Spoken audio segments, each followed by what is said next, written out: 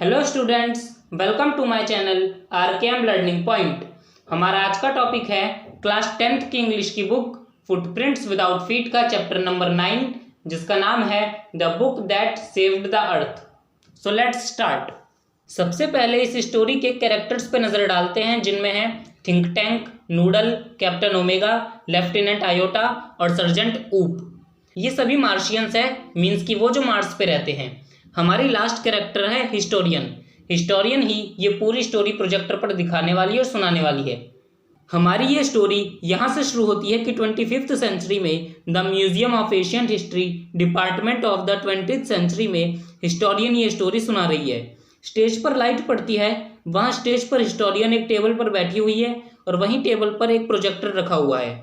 Historian खड़ी होती है और ऑडियंस को वेलकम करते हुए कहती है, गुड आफ्टरनून। प्राचीन इतिहास के म्यूजियम और हमारे विभाग में आपका स्वागत है, जो कि 20th सेंचुरी की अच्छी पुरानी चीज़ों की खोज करता है। क्या आप जानते हैं कि 20th सेंचुरी को बुक्स का युग कहा जाता था, क्योंकि उन दिनों में हर चीज़ के लिए बुक होती थी। छोटी से छोटी और बड़ी से बड़ी चीज़ों के लिए बुक्स होती थी। बुक्स लोगों को कैसे, कब, कहाँ और क्यों की शिक्षा देती थी। बुक्स में काफ़ी सारे एग्जाम्पल्स होते थे, फैक्ट्स होते थे, वो इमेजेस से भरी हुई होती थी और बहुत सजावटी होती थी। लेकिन सबसे स्पेशल बात तो ये है कि एक बुक ने अर्थ को बचा लिया। क्या आपने 2040 के मंगल के प्राणियों के अटैक के बारे में नहीं सुना, जो वास्तविकता में हुआ ही नहीं, क्योंकि एक अकेली बुक ने इसे रोक लिया। अच्छा, अब ये बुक कौन सी थी? क्या ये कोई विश्वकोश था? क्या ये किसी रॉकेट और मिसाइल के बारे में थी? या फिर ये बुक बाहरी अंतरिक्ष से कोई सीक्रेट हेल्प लेने के बारे में थी? नहीं, वो बुक कौन सी थी वो मैं आपको बताती हूँ। अब हिस्टोरियन प्रोजेक्टर पर स्टोरी को स्टार्ट करती है। हिस्टोरियन के ऊपर से लाइट हटती है और थिंक टैंक पर गिरती है। उसका एक विशाल अंडे जैसा सिर था और उसने एक लंबा चोगा पहना हुआ था, और उसका असिस्टेंट नूडल उसके साथ में एक विशाल स्विच बोर्ड के पास खड़ा हुआ था। नूडल झुकते हुए कहता है, ओ ग्रेट और majesty think tank, most powerful and intelligent creature in the whole universe, आपका क्या आदेश है? फिर थिंक टैंक थोड़ा चिढ़ते हुए कहता है, तुमने मुझे ठीक से सैल्यूट नहीं किया, मुझे दोबारा सैल्यूट करो। फिर नूडल ऐसा ही करता है। नूडल उसे दोबारा से सैल्यूट करते हुए कहता है, O great and majesty think tank, ruler of Mars and her 2 moons, most powerful and intelligent creature in the whole universe, आपका क्या आदेश है? फिर थिंक टैंक कहता है कि हाँ, ये ठीक था। नूडल, मैं ये चाहता हूँ कि तुम हमारे मैन्ड स्पेस से कांटेक्ट करो और उन्हें उस छोटे से प्लेनेट की खोज करने के लिए कहो जिसे हम अपने अंडर में लेने वाले हैं। वो क्या नाम था उसका? फिर नूडल नाम बताते हुए कहता है, उसका नाम अर्थ है बुद्धिमान स्वामी। फिर थिंक टैंक कहता है, हाँ वही, तुम जानते ही हो वो प्लेनेट मेरे लिए इतना ज़रूरी नहीं है जितना मेरा मिरर है। तुम मुझे मेरा मिरर दो, मुझे उससे कुछ बातें करनी है। नूडल एक मिरर थिंक टैंक को देता है। थिंक टैंक मिरर हाथ में पकड़ता है और उससे पूछता है, धरती पर सबसे ज्यादा कुशाग्र और बुद्धिमान कौन है? मिरर थोड़ा सा रुककर जवाब देता है, आप श्रीमान। फिर थिंक टैंक कहता है, अगली बार मुझे थोड़ा जल्दी जवाब देना, क्योंकि मुझे धीरे रिप्लाई करने वाला मिरर बिल्कुल पसंद नहीं। थिंक टैंक मिरर में देखते हुए खुद ही की तारीफ करते हुए कहता है, क्या हम मंगल के लोग सुंदर प्रजाति नहीं हैं? उन भद्दे छोटे सिर वाले अर्थ वालों से तो काफी ज्यादा आकर्षक। नूडल, तुम भी अपने दिमाग की कसरत करते रहो और एक दिन तुम्हारा सर भी मेरे जैसे बड़ा हो जाएगा, एक गुब्बारे जैसा। थिंक टैंक का सर काफ़ी ज़्यादा बड़ा था, इसलिए उसे लगता था बस वही सबसे ज़्यादा इंटेलिजेंट है। नूडल कुछ भी नहीं कह सकता था, वो बस इतना ही कहता है, मैं आशा करता हूँ श्रीमान। फिर थिंक टैंक कहता है, अब तुम जल्दी से उस प्लेनेट की खोज करो, मैं लंच से पहले वहाँ अटैक करना चाहता हूँ। अब नूडल उनसे कॉन्टैक्ट करने के लिए स्विच बोर्ड के लीवर्स को एडजस्ट करता है, जिसमें बीप का साउंड सुनाई देता है। अब कुछ सेकंड्स बाद अर्थ का सीन दिखाया जाता है, जहां पर Mars space control centre Willy public library में लैंड कर चुका है। कैप्टन ओमेगा परेशान खड़ी हुई है, वो बार बार ड्रॉर को खोल रही है और बंद कर रही है।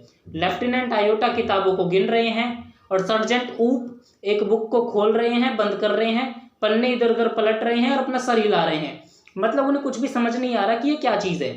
नूडल कहता है, सर मुझे मार्स स्पेस कंट्रोल ग्रुप साफ दिखाई दे रहा है, वो लोग किसी कमरे के अंदर है। थिंक टैंक उनसे वॉइस कांटेक्ट बनाने के लिए कहता है। नूडल उनसे वॉइस कांटेक्ट बनाता है और बात करता है। कैप्टन ओमेगा बताते हुए कहती है, सर लेफ्टिनेंट आयोटा, सर्जेंट ऊप और मैं बिना किसी प्रॉब्लम के अर्थ पर पहुंच चुके हैं और हम लोग यहाँ एक रूम के अंदर है। लेफ्टिनेंट आयोटा, क्या आपको कुछ पता है हम कहाँ हैं?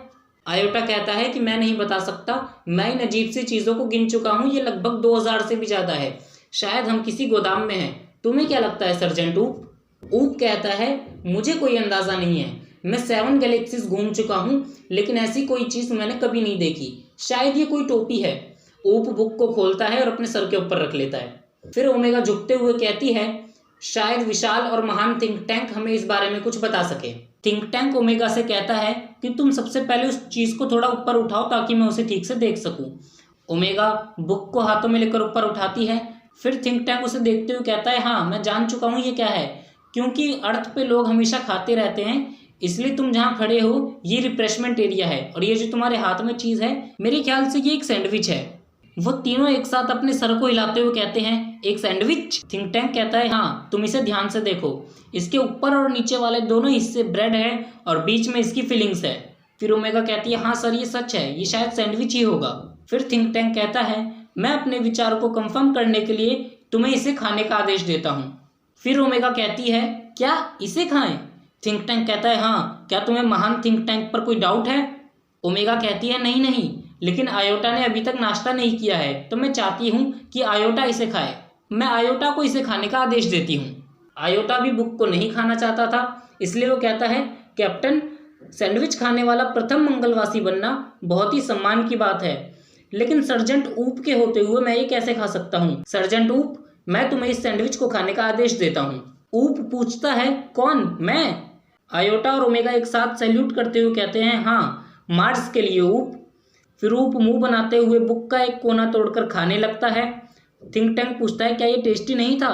सर्जेंट ऊप कहता है नहीं, ये बिल्कुल भी टेस्टी नहीं था, पता नहीं अर्थ के लोग इसे कैसे खा लेते हैं।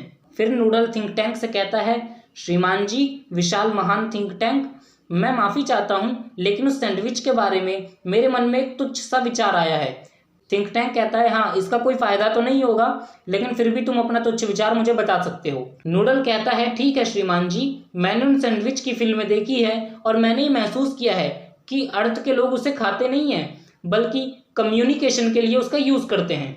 फिर थिंक टैंक एटीट्यूड में रिप्लाई करते हुए कहता है कि हाँ, मैं भी यही कहने वाला था कि ये एक कम्युनिकेशन सैंडविच है।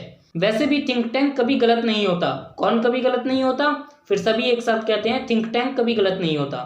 थिंक टैंक कहता है मैं तुम्हें आदेश देता हूं कि तुम इस सैंडविच को सुनो। वो तीनों अलमारी से 2-2 बुक निकालते हैं और कानों से लगाकर सुनने लगते हैं, लेकिन उन्हें कुछ भी सुनाई नहीं देता। फिर थिंक टैंक उनसे पूछता है चलो मुझे बताओ तुमने क्या सुना? ओमेगा कहती है कुछ नहीं श्रीमान जी, शायद ये सही फ्रिक्वेंसी में नहीं है। आयोटा कहता है कुछ नहीं श्रीमान जी, शायद अर्थ के लोगों के कान हमसे ज़्यादा तेज हैं। ऊप कहता है मैं कुछ भी नहीं सुन पा रहा हूँ, शायद ये सैंडविच कोई आवाज़ नहीं करते होंगे। फिर थिंक टैंक कहता है क्या? तो तुम्हें क्या लगता है कि मुझसे कोई गलती हुई है? ओमेगा कहती है नहीं नहीं श्रीमान जी, हम इसे सुनते रहेंगे।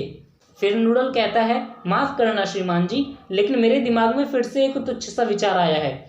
फिर थिंक टैंक कहता है ठीक है, अपना विचार मुझे बताओ, मैं इसे स्पष्ट कर दूंगा। नूडल कहता है कि मुझे याद आ रहा है, अर्थ के लोग इस सैंडविच को सुनते नहीं हैं, बल्कि इसे खोलते हैं और देखते हैं। थिंक टैंक कहता है हाँ बिल्कुल सही, मैं तुम्हारे लिए इसे स्पष्ट कर दूंगा। थिंक टैंक ओमेगा से कहता है कि उस बड़े और कलरफुल सैंडविच को यहाँ पर लेके आओ, वो बहुत ज़्यादा इंपॉर्टेंट दिखाई देता है, उससे खोलो और देखो उसमें क्या है। ओमेगा मदर गूज नाम की एक बुक उठा के लाती है और उसे खोलकर देखने लगती है। आयोटा उसके बाएं कंधे के ऊपर से देखने लगता है और ऊप उसके दाएं कंधे के ऊपर से झांकने लगता है। ओमेगा कहती है श्रीमान, इस बुक में अर्थ के लोगों की फोटोज है, और आयोटा कहता है इसमें कुछ कोड भी हैं। थिंक टैंक कहता है देखा, मैंने कहा था ना कि ये सैंडविच इंपॉर्टेंट लग रहा है, कोड बताओ क्या कोड है? ऊप कहता है इसमें छोटी रेखाएं, अजीब टेढ़ी मेढ़ी लिखावट और बिंदु है, तस्वीरों के साथ हजारों की संख्या में है।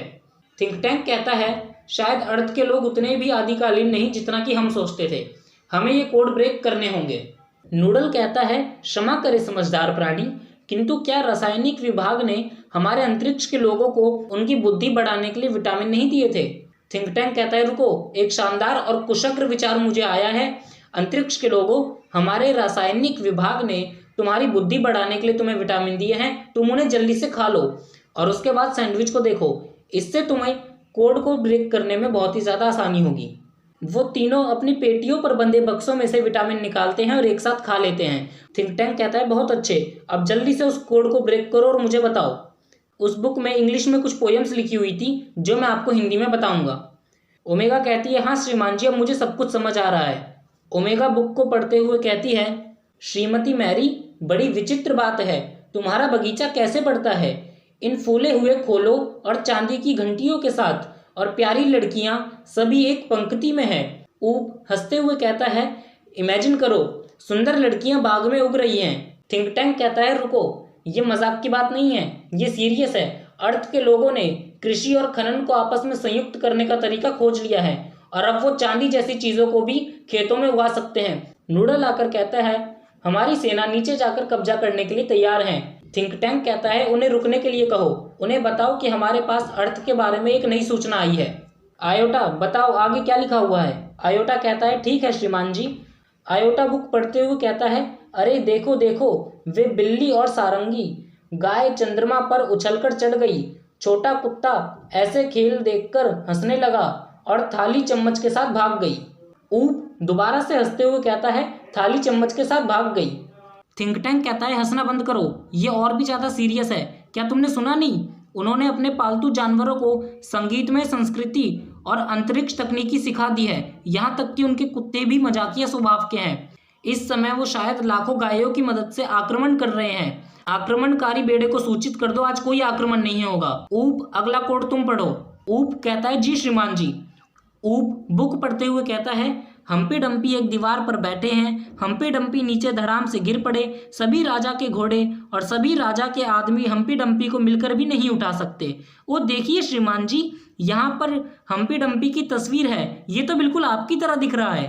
थिंक टैंक को जब वो तस्वीर दिखाई जाती है तो वो चीखते हुए और अपना सिर पकड़ते हुए कहता है अरे ये तो मैं हूँ, ये मेरा विशाल और महान गुब्बारे जैसा सिर।